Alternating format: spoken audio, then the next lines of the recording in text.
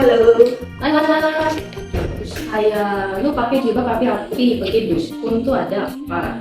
Jadi Aki, perkenalkan saya Romeo. Saya ini sebagai manajer operasional dari PKB Farmatika. Jadi saya kesini butuh bantuan Aki untuk meramalkan bagaimana laporan laba rugi saya di tahun 2025 sampai 2027. Ai, lu pikir gua tak keluar? Aduh dong Ci, yaudah Ci tolong bantu saya supaya saya ini bisa gak dikejar di perusahaan saya. Oke lah. Ada kesalahan apa? Jadi, saya ini manajer operasional dari PT Kalbe Farma Tbk. Jadi, PT Kalbe Farma Tbk itu perusahaan farmasi salah satunya yang terbesar di Indonesia yang bekerja di bidang kesehatan. Jadi, produksi kayak obat-obatan, nutrisi, atau vitamin maupun barang kesehatan lain lah. Nah, masalahnya saya ini disuruh buat proyeksi laporan laba rugi dari tahun 2025 sampai 2027. Nah, saya itu perlu untuk perhitungan atau meramalkan lah gimana sih laba rugi di tahun 2025 sampai 2027. Jadi tolong bantu saya. Jadi, you suruh Oe bikin tugas Hiwa. Yes. Wait. Bisa tambah lagi kalau misalkan hasilnya benar. Oe hitung dulu. Lumayan. Oke lah. Boleh. Oe atur. Kau tuh ajaib. Kamu bisa lihat sesuatu di sini. Bisa lihat apa sih? Masa depan. Aduh, zaman sekarang mana ada sih yang gitu? Hayya, kalau tak percaya ngapain pergi dukun? Berdoa saja lah. Aduh, yaudah, percaya. Atur lah. Ini lah. Oke. Yang pertama, aku beli. Sini. Yang kedua, aku beli. Kamu sini dulu. Satu lagi. Ini. Mari kita lihat. Ini ada 3 kartu, kita lihat dulu tahun 2025 ya. Gimana nih? Halo bos, kenalin saya Arwah, akuntan senior cabang Alam Gaib. Saya datang membawa ramalan keuangan tahun 2025. Tenang bos, yang serem bukan saya. Yang serem itu kalau target penjualan menurun. Oke bos, saya mulai dari anggaran penjualan tahun 2025. Di tahun 2025, penjualan perusahaan diproyeksikan mencapai 35,24 triliun. Angka ini berasal dari sales budgeting tahun 2025, begitupun tahun 2026 dan 2027, yang meningkat dibandingkan dengan tahun sebelumnya yaitu 2024. Karena permintaan masyarakat terhadap produk kesehatan, obat-obatan, dan nutrisi terus bertambah.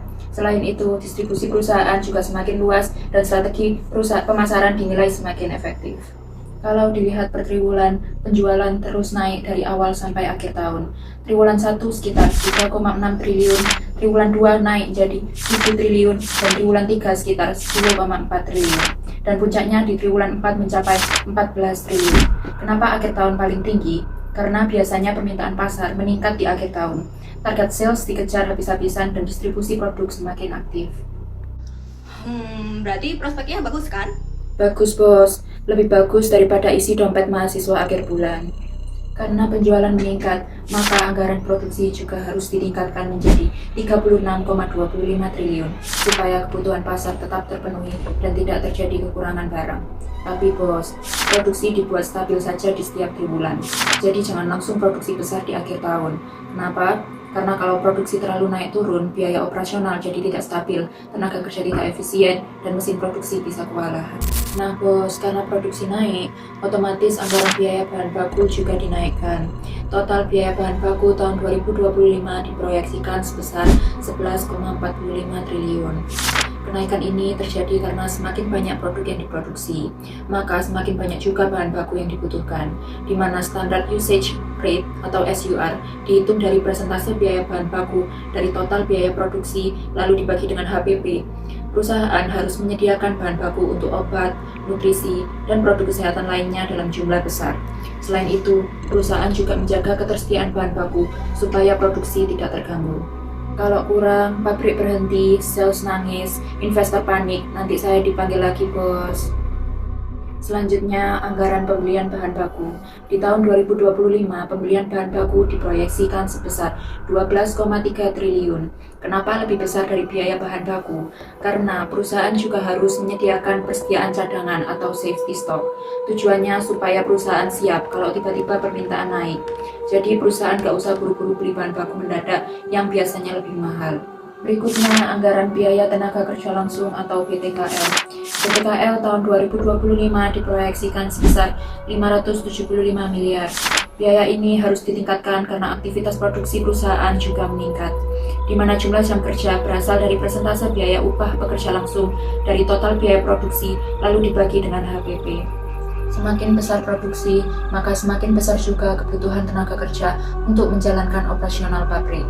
Namun, PR-nya adalah perusahaan harus menjaga efisiensi jam kerja dan kapasitas kerja supaya biaya tenaga kerja langsung masih tergolong stabil. Selanjutnya ada anggaran biaya overhead pabrik atau BOP. Total BOP tahun 2025 diproyeksikan sebesar 3,49 triliun. Kenaikan biaya overhead terjadi karena aktivitas produksi perusahaan meningkat, mesin dipakai lebih lama, operasional lebih besar, dan kebutuhan utilitas juga meningkat. Karena seluruh biaya produksi ditingkatkan, maka proyeksi harga pokok penjualan atau HPP juga ikut meningkat. HPP tahun 2025 diproyeksikan sebesar 14,51 triliun yang berasal dari gabungan biaya bahan baku, biaya tenaga kerja langsung, dan biaya overhead pabrik. Tapi tenang bos, kenaikan HPP ini masih wajar karena sejalan dengan pertumbuhan produksi dan penjualan perusahaan. Dan sekarang bagian yang paling ditunggu para investor, proyeksi laba rugi tahun 2025. Perusahaan diproyeksikan memperoleh laba sebelum pajak atau EBT sebesar 290 miliar. Meskipun biaya operasional meningkat, perusahaan masih mampu kok buat jaga pertumbuhan laba karena penjualan meningkat lebih besar dibandingkan kenaikan biaya. Artinya, kondisi perusahaan masih sehat, operasional berjalan baik, dan prospek pertumbuhan masih positif. Yang belum syukur itu mahasiswa yang belum ACC dosen. 25 udah, sekarang kita lihat 2026.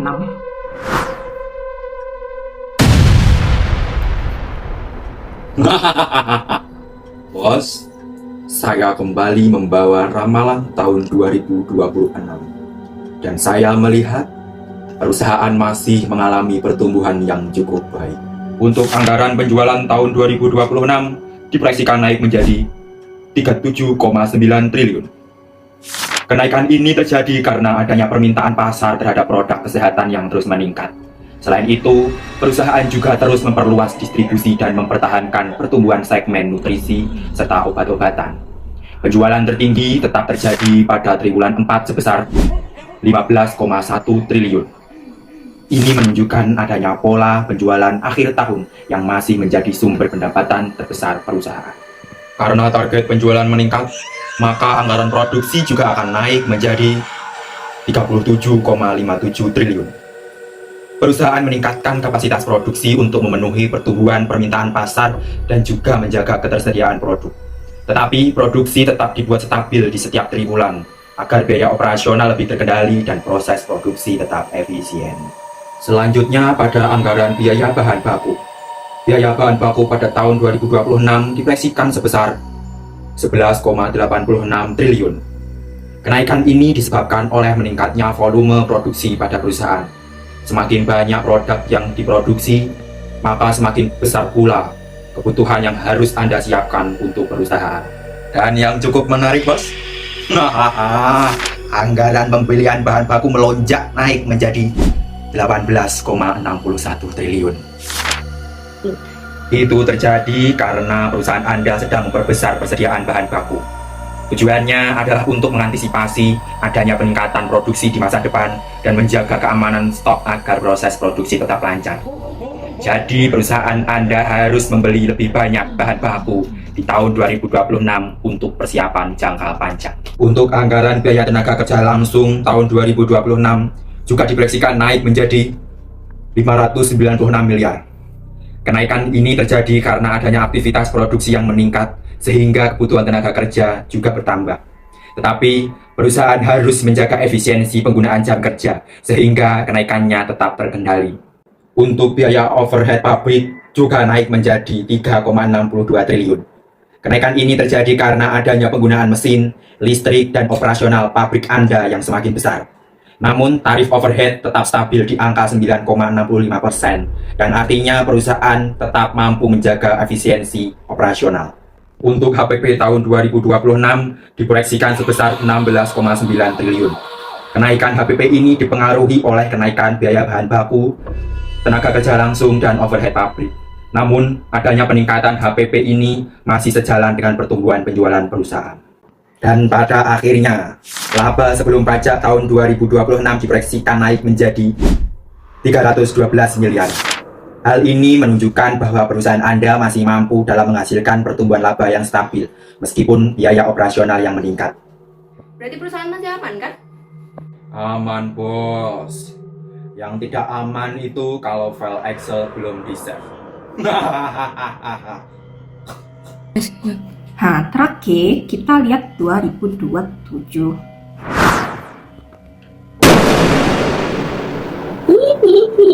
Nih, untuk tahun 2027, saya melihat penjualan perusahaan tuh naik, bos.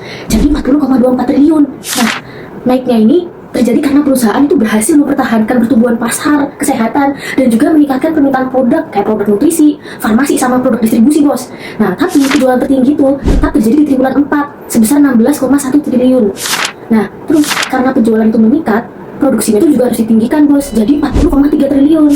Akhirnya perusahaan itu harus meningkatin produksi biar jaga ketersediaan produk dan juga memenuhi permintaan pasar yang terus bertambah. Karena penjualan meningkat, maka produksi itu juga harus meningkat. Jadi 40,93 triliun, bos. Perusahaan itu harus meningkatin produksi untuk menjaga ketersediaan produk dan juga memenuhi permintaan pasar yang terus bertambah, bos. Nah, strategi produksi itu harus dibuat lebih stabil agar operasional perusahaan itu tetap efisien. Karena produksi ditingkatkan, biaya bahan baku tahun 2027 itu akhirnya diproyeksikan naik jadi 12,93 triliun. Jadi semakin tinggi produksi, maka penggunaan bahan baku itu juga semakin besar, bos. Tapi menariknya nih, bos, blend bahan baku diturunin aja jadi 13,5 triliun. Karena perusahaan bisa menggunakan persediaan bahan baku yang sudah dibeli di tahun sebelumnya. Jadi, perusahaan itu bakal lebih efisien dalam mengelola stok, jadi nggak perlu beli lebih banyak lagi. Terus, PTKL tahun 2027 akan naik jadi 650 miliar. Nah, kenaikan ini tuh dipengaruhi oleh meningkatnya aktivitas produksi dan juga kebutuhan tenaga kerja. Tapi perusahaan tuh juga harus tetap menjaga efisiensi penggunaan tenaga kerja, bos. Biar biayanya itu tidak meningkat terlalu tinggi. Terus biaya overhead pabrik itu juga harus ditingkatin, bos. Jadi 3,95 triliun. Hal ini tuh disebabkan karena meningkatnya penggunaan fasilitas produksi, mesin, sama utilitas juga operasional pabrik lainnya tuh, bos. Terus juga HPP di tahun 2027 tuh diproyeksiin sebesar 16,84 triliun. Nah, naiknya HPP nih karena seluruh komponen biaya produksi itu mengalami peningkatan, bos. Tapi tenang, bos, tenang. Naiknya ini tuh masih wajar karena berjalan searah tuh dengan pertumbuhan produksi dan juga penjualan. Dan akhirnya laba sebelum pajak atau EBT tahun 2027 diproyeksikan meningkat jadi 303 miliar nih, bos. Hal ini tuh nunjukin kalau perusahaan tuh masih punya kondisi keuangan yang sehat dan juga prospek pertumbuhannya tuh baik tuh, bos. Wah, berarti masa depan cerah dong. Tentu, bos. Yang gelap tuh masih mahasiswa kalau revisi kelar. Berdasarkan analisis teman-teman OE, berdasarkan metode a-posteriori, metode yang melihat hasil data dan proyeksi tadi sudah dihitung sebelumnya.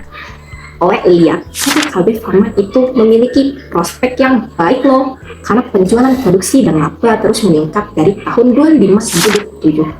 Perusahaan tapi tetap harus jaga efisiensi loh, dan terus berinovasi. Karena yang paling seram itu bukan hantu loh, tapi target tidak tercapai. Ada paham? Oke, paham. Oke lah, nanti kalau cocok lagi saya kasih lagi.